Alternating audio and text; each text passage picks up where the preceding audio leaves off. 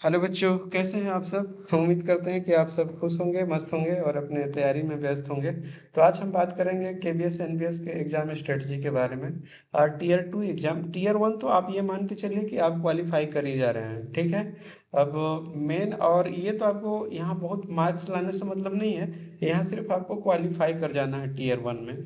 अब रही बात टीयर टू की, तो मेन तो आपका जो सब्जेक्ट है वहीं से आपके सिलेक्शन का प्रोसेस होगा। क्योंकि आपका जो मेन सब्जेक्ट है उसी से आपका मतलब नौकरी मिलने वाली है, उससे तो आप सिर्फ क्वालिफाई कर जाएंगे। तो आप अभी टीयर वन के साथ साथ टीयर टू का भी तैयारी अभी से ही करेंगे तभी मतलब सही रहेगा। अगर आप ये चाह रहे होंगे कि हम टीयर वन का अभी मतलब तैयारी करें और टीयर टू का हम बाद में कर लेंगे, तो ये पॉसिबल नहीं है, क्योंकि आपको टाइम बहुत कम बचेगा। तो कोशिश कीजिए कि आप अभी से टीयर टू का अभी तैयारी कर दीजिए। तो थोड़ी सी मैं आपको बात कर लूँ टीयर वन के बारे में। या टोटल जो आपकी सीट्स है, ये आपकी मतलब मैथमेटिक्स में टोटल सीट्स क्या है, 247 है। जिसमें केवीएस की टोटल सीट 80 है और एनबीएस की टोटल सीट 167 है। टोटल आपकी 247 हो जाएगी। अब इसमें है क्या कि पहले तो ये समझ लीजिए कि इसमें से 247 सीट्स कैसे आएंगे। तो 247 सीट्स में से जो आपका जो टोटल सीट्स है, वो टोटल सीट्स का जो है वो 10 मतलब कि 10, यानी कि 247 into, sorry, 247 into 10 equal to आपका 2470।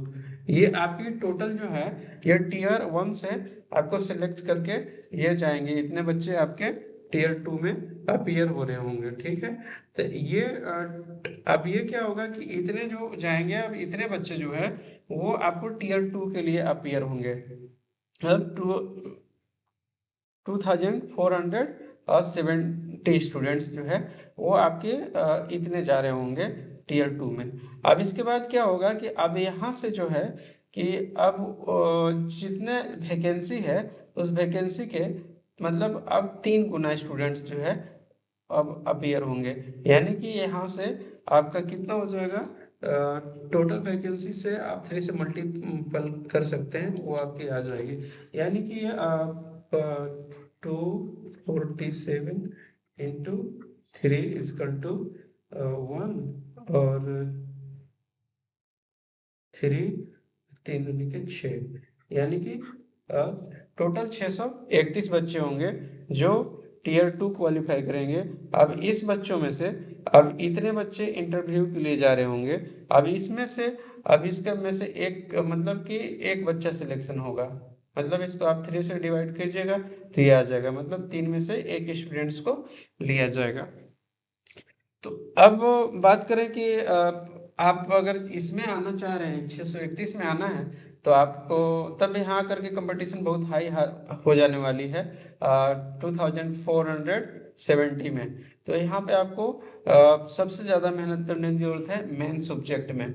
तो मेन सब्जेक्ट्स में अब आपका जो टोटल क्वेश्चन है वो कितना होगा टीयर टू का, वो 100 का होगा। टोटल क्वेश्चन जो है 100 होगा और ये 100 मार्क्स भी होगा।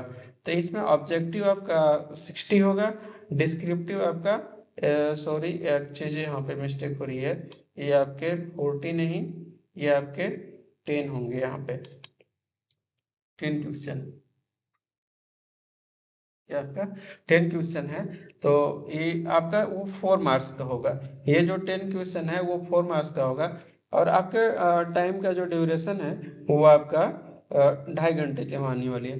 तो अब बात ये है कि आप 60 जो आपका ऑब्जेक्टिव है, ये आपका निगेटिव मार्क्स भी है। निगेटिव मार्क्स मतलब कि अगर आप 4 में से अगर कोई एक गलत करेंगे तो आपके जो है जो सही मार्क्स होगा उसमें से आपका 1/4 मतलब इतने मार्क्स आपके कट जाएंगे।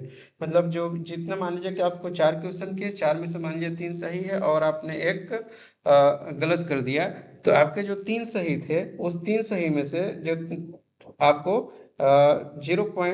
25 मार्क्स आपके डिडक्ट कर दिए जाएंगे। तो इस चीज़ को हमेशा माइंड में रखना है कि जो क्वेश्चन आप अगर कंफर्म है उसी को आप करें तो ज़्यादा बेहतर रहेगा, अदरवाइज उसको छोड़ दें। अब दूसरी बात आती है कि तैयारी कहाँ से करें। तो मैं आपको बता दूं कि एक तो एक बुक किया है जो कि आपका केबीएस के लिए आती है, जिससे मैंने खुद भी तैयारी किया था, और ये बुक है। और आप चाहें तो जो केबीएस एनबीएस के जो पहले एग्जाम हो चुके हैं ना, उसकी मेरे पास सारा का सारा वो पड़ा हुआ है। मतलब ये देखिए आपका कब का है ये, 2023 का एक एग्जाम हुआ था उसका है मेरे पास। आपका ये 2017 का 2 बार एग्जाम हुआ है, ये 2017 का भी है, और आपके केबीएस 2018 में भी हुआ है, उसका भी आपको ये मिल जाएगा। 2017 का मैंने 2 बोला था, एक है। और मतलब एनबीएस का भी है, मतलब सारा मेरे पास ये प्रीवियस ईयर का जो क्वेश्चन है वो पड़ा हुआ है। तो आप कोशिश ये कीजिए कि तरीका ये अपनाइए कि आपका जो सिलेबस है वो same to same class 11th और 12th का है ना, वो सेम टू सेम सिलेबस है, लगभग उसी से मिलता जुलता है कमोबेश। तो अगर आपका कंसेप्ट क्लियर है क्लास 11th और क्लास 12th का, एनसीईआरटी से आप पूरी तरह से तैयारी कीजिए। अगर आप कोई क्लास नहीं ज्वाइन किए हैं, अगर आप कहीं क्लास खुद से तैयारी कर रहे हैं, तो वो कंसेप्ट वहाँ से क्लियर कीजिए।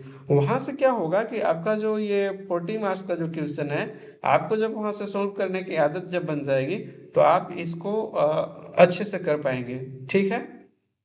और दूसरी बात, जो ऑब्जेक्टिव क्वेश्चन है, ऑब्जेक्टिव के लिए तो जो प्रीवियस ईयर है उसी को कीजिए, उससे ज़्यादा आपको करने की ज़रूरत नहीं है।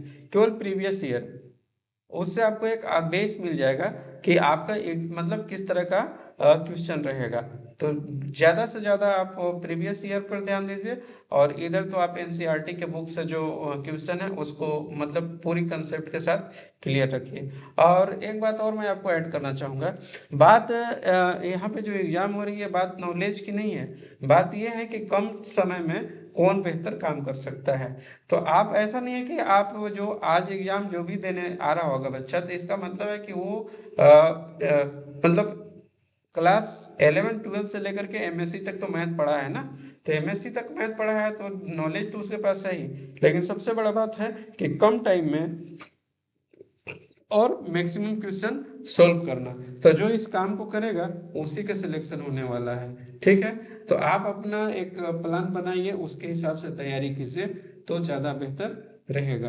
तो आप हमेशा इस माइंड में रखिएगा कि आपका 60 क्वेश्चन ऑब्जेक्टिव है, वो नेगेटिव मार्किंग है। दूसरा ये 4 मार्क्स के 10 क्वेश्चन रहने वाले हैं। तो ये इसके लिए भी आपको तैयार रहना पड़ेगा, प्रैक्टिस करना पड़ेगा। और आप टीयर 1 तो क्वालिफाई कर ही रहे हैं, टीयर 2 के लिए आप अभी से लग जाइए तो ज़्यादा बेहतर रहेगा। और मैं खुद ही अपना एक क्लास स्टार्ट कर रहा हूँ विद इन 90 डेज, मतलब आपके जो एग्ज़ाम है वो लगभग मार्च में हो जाएगी, फर्स्ट या सेकेंड वीक में। ठीक है। तो फिर मैं कल से एक कोर्स लेकर के आ रहा हूँ, फिर मैं आपको बताऊंगा स्टार्टिंग से लेकर के। अगर आपने पहले तैयारी की है तो ठीक है, नहीं की है तो कोई बात नहीं, मैं आपको पूरी तरह से उसमें सिलेबस को कंप्लीट भी कराऊंगा और पढ़ाऊंगा भी। थैंक यू बच्चों, फिर आपसे मिलते हैं, बाय।